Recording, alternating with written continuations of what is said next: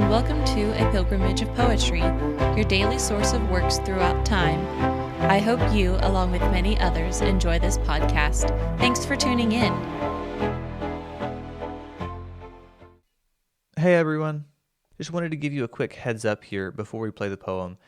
This episode and the next few episodes will actually be the same poem. It was just a fairly long poem that we recorded in multiple parts to better fit the timing of each episode. So stay tuned after this one. Hope you enjoy. Ione by Laurence Dunbar, Part 1. Ah yes, 'tis sweet still to remember, though 'twere less painful to forget. For while my heart glows like an ember, mine eyes with sorrow's drops are wet. And oh, my heart is aching yet. It is a law of mortal pain, that old wounds, long accounted well, beneath the memory's potent spell, will wake to life and bleed again. So 'tis with me. It might be better if I should turn, no look behind, if I could curb my heart and fetter for reminiscent gaze my mind, or let my soul go blind. But would I do it if I could? Nay, ease at such a price were spurned, for since my love was once returned, all that I suffer seemeth good. I know it is the fashion, when love has left some heart distressed, to weight the air with wordful passion, but I am glad that in my breast I ever held so dear a guest. Love does not come at every nod, or every voice that calleth hasten. He seeketh out some heart to chasten, and whips it, wailing up to God. Love is no random road wayfarer, who where he may must sip his glass.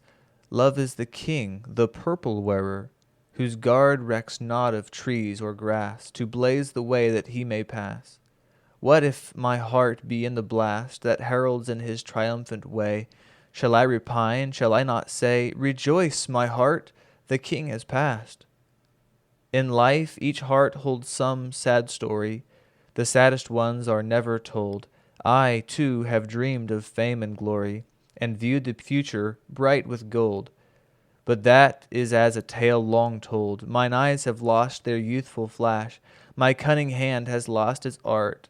I am not old, but in my heart the ember lies beneath the ash.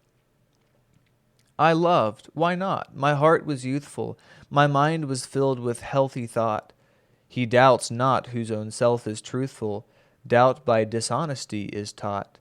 So loved I boldly, fearing naught. I did not walk this lowly earth. Mine was the newer, higher sphere, where youth was long and life was dear, and all save love was little worth. Her likeness would I might limit, as love did with enduring art, nor dust of days, nor death may dim it, where it lies graven on my heart. Of this sad fabric of my life a part, I would that I might paint her now, as I beheld her in that day, ere her first bloom had passed away, and left the lines upon her brow. A face serene, that, beaming brightly, disarmed the hot sun's glances bold, a foot that kissed the ground so lightly, he frowned in wrath and deemed her cold, but loved her still, though he was old, a form where every maiden grace bloomed to perfection's richest flower, the statued pose of conscious power, like lithe-limbed Dions of the chase, beneath a brow too fair for frowning, like moonlit deeps that glass the skies, till all the hosts above seem drowning, look forth her steadfast hazel eyes, with gaze serene and purely wise, and over all her tresses rare, which, when, with his desire grown weak, the night bent down to kiss her cheek, entrapped and held him captive there. This was Ione, a spirit finer, ne'er burned to ash its house of clay, a soul instinct with fire diviner, ne'er fled athwart the face of day, and tempted time with earthly stay. Her loveliness was not alone, of face and form and tresses hue, for aye a pure high soul shone through her every act. This was Ione.